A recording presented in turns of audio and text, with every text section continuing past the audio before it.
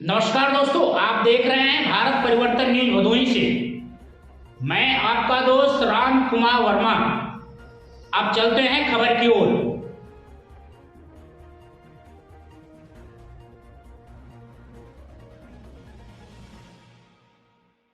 नमस्कार दोस्तों, अभी हम भदोही जिले के सीतामढ़ी क्षेत्र में पहुंचे हुए हैं और यहाँ जो है हम दयावंती पुंज डिग्री कॉलेज में पहुंचे हुए हैं। यहाँ की व्यवस्थाएं, यहाँ के लोकेशन, यहाँ के शिक्षा देख करके ऐसा लगता है कि ज़िले में ही नहीं, मंडल में भी ऐसा विद्यालय अभी तक हमने नहीं देखा, क्योंकि अब तक सैकड़ों डिग्री कॉलेज ट्रस्ट हमने कवर कर चुके हैं। आइए यहाँ के जो प्रिंसिपल हैं, जो कि इनके सानिध्य में इतना बड़ा कैंपस, इतना बड़ा विद्यालय चलता है, उनसे हम सीधे आपको बात करने का प्रयास करते हैं कि क्या व्यवस्थाएं हैं, आप कैसे यहाँ मैनेज करते हैं, कितने का स्टाफ है, कितनी अच्छी व्यवस्था है साफ़ सफाई को लेकर के, शिक्षा को लेकर के, चिकित्सा को लेकर के। आइए हम देर न करते हुए सीधे आपको यहाँ के प्रिंसिपल से जोड़ने का प्रयास करते हैं। ओके, अभी हम सीधे यहाँ के जुड़ गए हैं प्रिंसिपल डॉक्टर अंजलि सिंह जी से, जो कि इनकी शिक्षा की बात करें तो एमएड और पीजीडीसीए, एमएससी बॉटनी से हैं और इसके बाद एमफिल भी किए हुए हैं। बाकी उनके मुख से उनकी कहानी स्वयं सुनने का प्रयास करते हैं कि कैसे मैनेज कर लेती हैं। मैम, बहुत बहुत स्वागत है हमारे चैनल में। नमस्कार। और इतनी बड़ी डिग्री कॉलेज की व्यवस्था मैम कैसे आप मैनेज कर लेती हैं, क्योंकि हमने पूरा कैंपस घूमे हैं और पूरी तरीके से देख रहे हैं कि साफ़ सफाई सारी व्यवस्था अच्छी, कैसे मैनेज कर लेते हैं? सर, हमारी जो मैनेजमेंट है वो एक स्पेशल ध्यान देती है इस चीज़ पे कि हम क्वालिटी एजुकेशन पर ध्यान दें, खासकर बच्चों की सुरक्षा के ऊपर और बच्चों को क्वालिटेटिव एजुकेशनल एनवायरनमेंट देने की हम लोग पूरी कोशिश करते हैं। हमारी मैनेजमेंट और हमारी टीम इसमें सतत प्रयास में रहती है कि किसी भी तरह की चूक ना हो। आपके माध्यम से एक बार फिर से मैं आपको ये भी बताना चाहूँगी कि हमारे महाविद्यालय में लगभग 90% जो है वो बच्चियां हैं, लड़कियां हैं और हमारे कैंपस में 24 घंटे आपको सीसीटीवी कैमरा का जो कवरेज है वो मिलेगा। सारे ऑडियो कैमरास हैं, ऑडियो वीडियो दोनों हैं, तो बच्चों की सुरक्षा को ध्यान में रखकर इस तरह की सुविधाएं दी गई हैं। और एक हर डिपार्टमेंट को संभालने के लिए एक अलग से स्टाफ की नियुक्तियां की गई हैं मैनेजमेंट के द्वारा, प्रबंधन के द्वारा, चाहे वो बिजली विभाग है, चाहे वो पानी का विभाग है आपका, या चाहे इंजीनियरिंग डिपार्टमेंट है। और शिक्षक और शिक्षणेतर कर्मचारी सारे अलग अलग अपने अपने कार्य बांटे गए हैं और हम लोग सभी अपने डिपार्टमेंट को अच्छे से रन करने के लिए जो है वो लगातार कोशिश करते रहते हैं। और मान लीजिए कि एक ग्रामीण परिवेश में एक मेट्रोपॉलिटन की सुविधा देना हमारा सबसे बड़ा प्रयास है कि बच्चे इस रूरल बेल्ट में भी बच्चों को कहीं से शिक्षा व्यवस्था में कोई कमी ना हो, तो अच्छे शिक्षकों की नियुक्ति और अच्छा शिक्षा का माहौल देना हमारी सबसे बड़ी प्रायोरिटी है। कोशिश में भी हैं सर और सफल भी हुए हैं इस तरह से माहौल देने में बच्चों को। मैम, जैसा आपने कहा कि यहाँ सबसे ज़्यादा बच्चियाँ हैं और हमेशा बात किया जा रहा है, चाहे सरकार को लेकर के, चाहे लोगों को लेकर के, कि महिला सुरक्षा, और आप एक स्वयं महिला हैं और इतने बड़ी संख्या में आप महिलाओं को प्रोटेक्ट कैसे कर पाती हैं? इसके लिए सर ये टीम वर्क से काम होता है।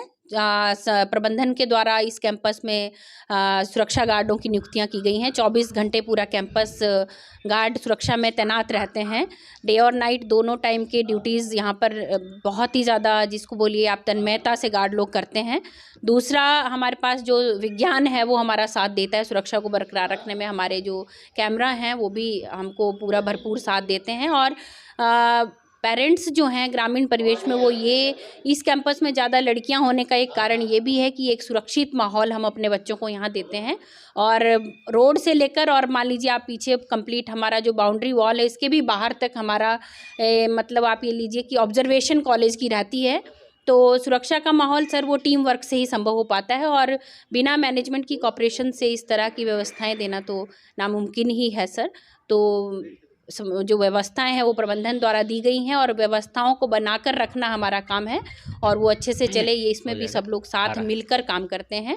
और इसी तरह सर पूरा कैंपस, पूरी सुविधाएं जो है वो बच्चों को दी जा रही हैं। सुरक्षा मेन हमारा मोटिव सुरक्षा के रहता है। दृष्टि मैम, जैसे यदि शिक्षा की बात किया जाए तो यहाँ कितने कोर्स हैं और लगभग कितनी संख्याएं आपके यहाँ बच्चों की है? जी सर हमारे हाँ कॉलेज हाँ हाँ। में बीए है, बीकॉम, बीएड, इसी साल हमने बीसीए एक नया कोर्स ऐड किया है और एमए और एमकॉम भी कॉलेज में चल रहा है। 4 सब्जेक्ट में हम लोग एमए भी बच्चों को कोर्स प्रोवाइड करवा रहे हैं।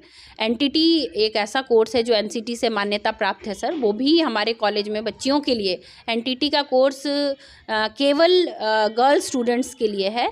बाकी के सारे कोर्सेज जो हैं वो हमारे को एजुकेशन के हैं, बॉयज़ गर्ल्स दोनों के लिए हैं। सर मैम, विद्यालय चलाने में कहीं प्रशासन का आपके यहाँ कुछ भूमिका या बच्चियों को ट्रेन करने के लिए, स्वयं लड़ने के लिए ऐसी कोई व्यवस्था है?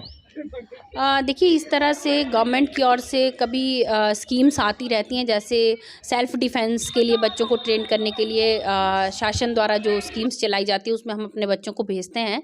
जैसे कि एनपीजी से भी ट्रेनर आते हैं, तो उस तरह से बच्चों को सेल्फ डिफेंस के लिए उनको ट्रेन किया जाता है। इसके अलावा हमारे कॉलेज में एनएसएस यूनिट जो है वो भी हम लोग इस जून से अप्लाई करेंगे। अभी हम लोग पेपर वर्क तो कंप्लीट कर चुके हैं, अप्लाई नहीं कर पाए हैं किसी कारण से। जून से शुरू करेंगे और कोशिश है कि एनसीसी भी हम लोग जो है वो बॉयज़ और गर्ल्स दोनों के लिए अपने यूजी लेवल पर, स्नातक स्तर पर जो है वो जून या जुलाई माह से उसको भी हम शुरू करेंगे। तो बच्चों में कहीं ना कहीं अनुशासन और बच्चों में सेल्फ डिफेंस की भावना और बाकी बच्चों को इस देश का एक अच्छा नागरिक बनाने की ओर जो है वो हम लोग कदम आगे बढ़ा रहे हैं।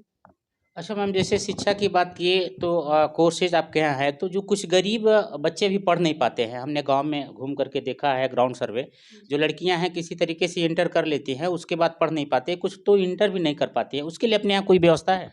देखिए कॉलेज की अगर फ़ीस स्ट्रक्चर की बात की जाए तो जितना सुविधा कॉलेज के द्वारा बच्चों को दी गई है, चाहे वो आपका टेक्निकल फैसिलिटीज़ हैं, चाहे वो प्रोटेक्शन सुरक्षा वाली फैसिलिटीज़ हैं, या चाहे बहुत ही वेल क्वालिफाइड और प्रशिक्षित अध्यापकों के द्वारा पढ़ाने वाली सुविधाएं हैं, तो फ़ीस स्ट्रक्चर उसके हिसाब से बहुत ही नॉमिनल है। ग्रामीण क्षेत्र को ध्यान में रखकर ही फ़ीस स्ट्रक्चर डिसाइड किया गया है। बट इसके अलावा हम लोग बच्चों को प्रेशराइज़ नहीं करते हैं। जैसे छोटा स्ट्रक्चर होने के बावजूद भी बच्चा इंस्टॉलमेंट्स में फ़ीस देता है, लाइक जैसे 500 रुपये भी हैं तो बहुत ज़्यादा फ़ीस नहीं